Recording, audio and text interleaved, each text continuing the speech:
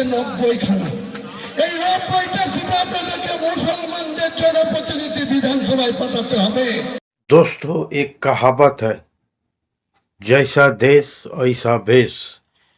दूसरा है, तू डाल डाल तो मैं पात पात। ये मैं बंगाल की राजनीति के बारे में कह रहा हूँ। दोस्तों, पूरा देश का राजनीति अलग है, लेकिन बंगाल की राजनीति अलग है। ये बात बीजेपी का सीनियर नेता को समझ में आ गया, क्योंकि बंगाल के राजनीति जो शुरू से चलता आ रहा है वो दूसरे देश की राजनीति से बिल्कुल अलग है। और आप देख सकते कि पूरा देश में एसआईआर का विरोध हो रहा, लेकिन बंगाल का विरोध का तरीका अलग अलग है। अगर वो इलेक्शन कमीशन द्वारा कड़ाई किया जा रहा तो उसका भी वो लोग तोड़ने का निचोड़ निकाल ले रहे। यानी इलेक्शन कमीशन अगर सोचता तो डाल डाल है, तो हुआ दीदी सोचता हम पात पात में है।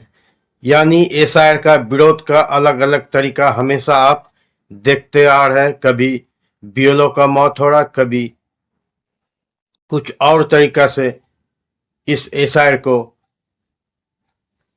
विरोध किया जा रहा।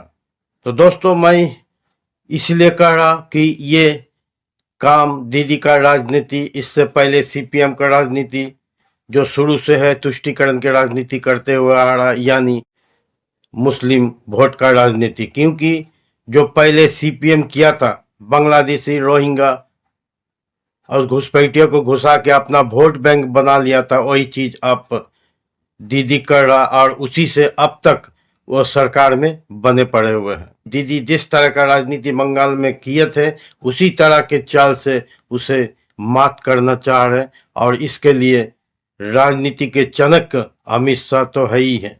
वर्तमान में बंगाल के राजनीति में एक नया नाम उभर कर आ रहा है, यह है हुमायूं कबीर। आखिर अचानक हुमायूं कबीर का नाम कैसे आया, जबकि आज से 33 साल पहले 6 दिसंबर को बाबरी मस्जिद को ध्वस्त किया गया था सनातन हिंदू का द्वारा, ये आप जानते हैं। फिर लंबी कोर्ट की लड़ाई हुआ, कोर्ट की लड़ाई होने के बाद आखिर हुआ राम मंदिर बन चुका है। और राम मंदिर बने हुए भी लगभग 2 से 2.5 साल हो रहा, लेकिन फिर से इस मुद्दा को आया कहाँ से? ये पश्चिम बंगाल के मुर्शिदाबाद के बेलडांगा से अचानक एक नाम आया। उसका नाम है हुमायूं कबीर, जो बंगाल के तृणमूल सरकार का एमएलए है। शायद ही कोई लोग पूरा भारतवर्ष का उसे जानते थे, लेकिन अचानक बाबरी मस्जिद के कारण उसको लोग जानने लगे। और बाबरी मस्जिद का जो ये मुद्दा तब आया जब 2026 को बंगाल में चुनाव होने वाला है। तो चूंकि आप सभी जानते हैं कि बंगाल में चुनाव जो ममता बनर्जी हमेशा जीतते आ रहे हैं, मुस्लिम वोट का तुष्टीकरण करके उनका एक 30% का कोर वोट बैंकिंग है। इस वोट बैंक को हटाने के लिए बीजेपी भी प्रयासरत है। अभी जो वर्तमान में बाबरी मस्जिद का ये किसका चाल है और किसने इसको कराया और किसका इसमें फायदा होगा, इस विषय पे मैं आपको बात कर रहा हूँ। आगे क्या होगा इसका जानकारी तो मुझे नहीं है, लेकिन जो मैं अपना व्यक्तिगत विश्लेषण किया हुआ मैं उसके बारे में बता रहा हूँ। आप जरा इन ध्यान से सुनिएगा। आखिर ये बाबरी मस्जिद का मुद्दा अचानक आया है, इससे फायदा नुकसान किसका होगा आप खुद समझ जाइएगा। मैं भी अपना विश्लेषण में आपको बताऊंगा। पहले आप हुमायूं कबीर 6 दिसंबर को बाबरी मस्जिद का जो भित्त का उद्घाटन किए, सऊदी अरब से मुस्लिम भाई लोग आए, और इसमें मुस्लिम जो मुर्शिदाबाद छोड़ के पूरा बंगाल से दूसरे राज्य से आए हुए हैं, और उसमें हुमायूं कबीर को अचानक समर्थन देने लगे। और इसी पर ममता बनर्जी ने गुस्से में अपना विधायक हुमायूं कबीर को अपना पार्टी से निष्कासित भी कर दिए, ये आप देख सकते हैं। लेकिन ये और इसमें किसका फायदा किसका नुकसान होगा, मैं इस वीडियो के माध्यम से बताऊंगा। पहले आप इस वीडियो को गौर से देखिए और सुनिए, ये हुमायूं कबीर 6 दिसंबर को क्या कहा और इसका विश्लेषण से क्या निकलता। चलिए पहले वीडियो को आप देख लीजिए। নিশ্চিত করতে বাধা দিচ্ছে, এর জবাব গোটা বাংলার মুসলমান সমাজ আগামী দিনে এই সরকারকে দেবে। গোটা বাংলার মুসলমানের কাছে আমি আবেদন করব, বাংলার মুসলমান সমাজ, এখানে বাংলাতে 7,66,00,000 ভোটারের মধ্যে 2,82,533 জন মুসলমান ভোট আছে। এই বাঙালি মুসলমানদের কাছে আমার আবেদন, আপনারা নিজেদের জায়গায় যেখানে 42% থেকে 82% পর্যন্ত মুসলমান মেজরিটি সিট আছে 90খানা, এই 90টা সিটে আপনাদেরকে মুসলমানদের জনপ্রতিনিধি বিধানসভায় পাঠাতে হবে। মুসলমান মেজরিটি সিট আছে 90খানা, এই 90টা সিটে আপনাদেরকে মুসলমানদের জনপ্রতিনিধি বিধানসভায় পাঠাতে হবে। কাকে বলেছিল? মমতা ব্যানার্জিকে। এই মমতা ব্যানার্জির গ্রেপ্তার চেয়েছিল সুদীপ্তর যে সারদা কেলেঙ্কারি, সব থেকে বেশি মমতাকে গাল দিয়েছিল এবং চোর বলেছিল, চোরের রানী বলেছিল কে? কুণাল ঘোষ। সে এখন তাদের খুব কাছের হয়েছে। এদের এক একজনের মুখোশ খুলবো এই 3 মাসে, এক একজনের মুখোশ খুলবো। হুমায়ুন কবির যদি বেঁচে থাকে প্রাপ্তন করে ছাড়বার এই অহংকার চূর্ণ হবে হবে হবে। মহান আল্লাহ তাআলা আমার সামনে আছে।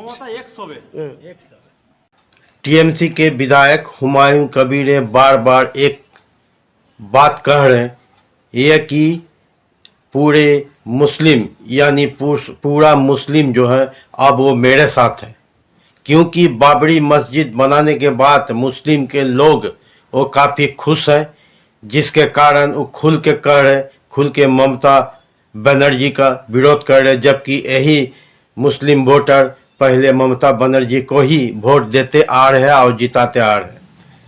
लेकिन इसमें हुमायूं कबीर ने साफ कहा कि जितनी भी मुस्लिम है, अब ये पूरा मुस्लिम ये बाबरी मस्जिद के कारण हमें समर्थन करेंगे और हम इस अलग से एक पार्टी बनाएंगे।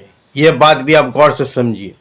और ये कहा कि मुस्लिम जो संख्या है उसमें 90 विधायक, यानी आप इसका संख्या सुनिए, 90 विधायक जो मेरे दल का होगा और मैं इस क्षेत्र में ये 90 विधायक के तौर पर अपना समर्थन दूंगा। लेकिन किसे दूंगा ये बात साफ नहीं कहा।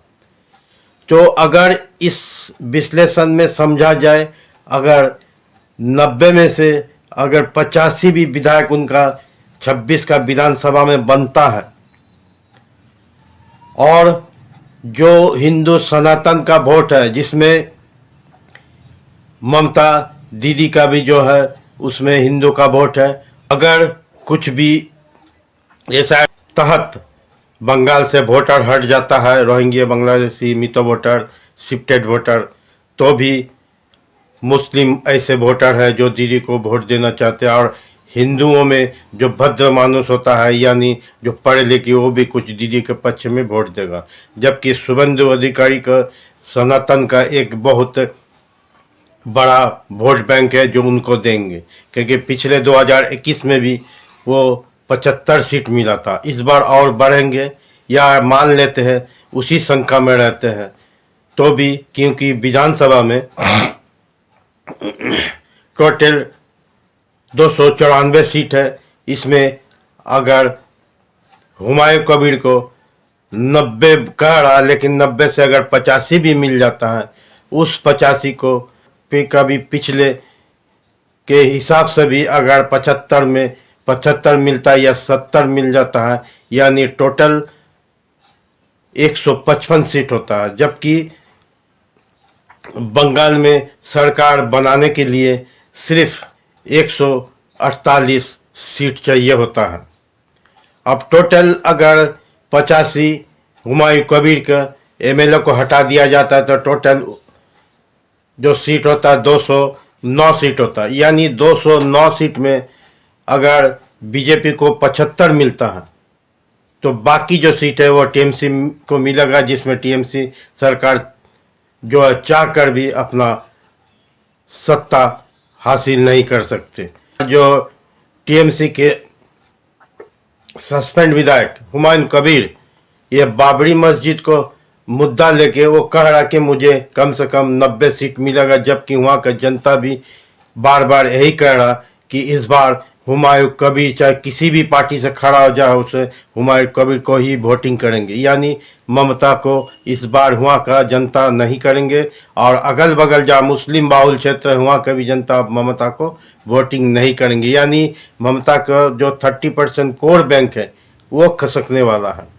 ये खुद ममता भी तेज चल रहा नेता ये भी समझ रहे। एक तो एसआईआर के माध्यम से इसको जो बांग्लादेशी रोहिंग्या घुसपैठिया बाहर हो गया, उसके बाद जो हुमायूं कबीर जो है अचानक बाबरी मस्जिद को मुद्दा बना के अपना जो है मुस्लिम वोट अपनी तरफ कर लिया, जिसमें शक और बढ़ जाता कि हैदराबाद का असाउद्दीन ओवैसी हर एक राज्य में अपना एआईएमएम का कैंडिडेट खड़ा कर देता है, वहाँ पर वो जीत भी हासिल कर, जबकि बिहार में भी एआईएमएम का कैंडिडेट खड़ा करके 5 सीट यानी 5 विधायक उसको मिल चुका।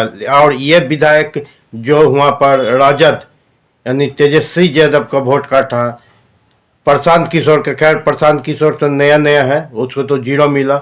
बाकी जो मुस्लिम तुष्टिकरण करके वोट हासिल करना चाहते उनका वोट काटा, यानी असाउद्दीन ओवैसी भी बीजेपी को ही फायदा करवाया। और इसमें भी जो अब सुनने को मिला कि हुमायूं कबीर का समर्थन देने के लिए यानी मुस्लिम वोट को अपनी तरफ करने के लिए असाउद्दीन ओवैसी भी हुमायूं कबीर की नया पार्टी के साथ गठबंधन करके बंगाल में चुनाव लड़ेंगे।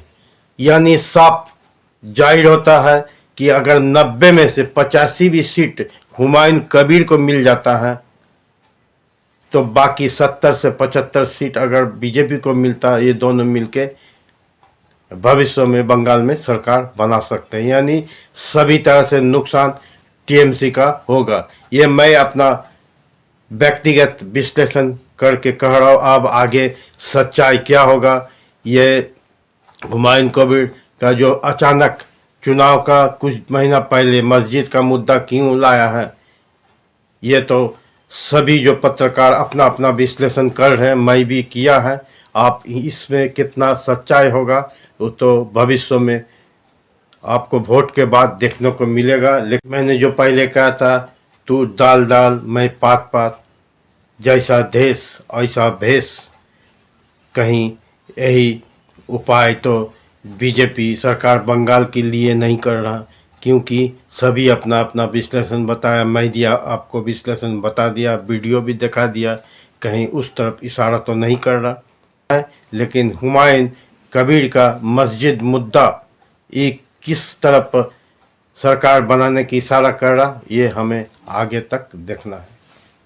जय हिंद।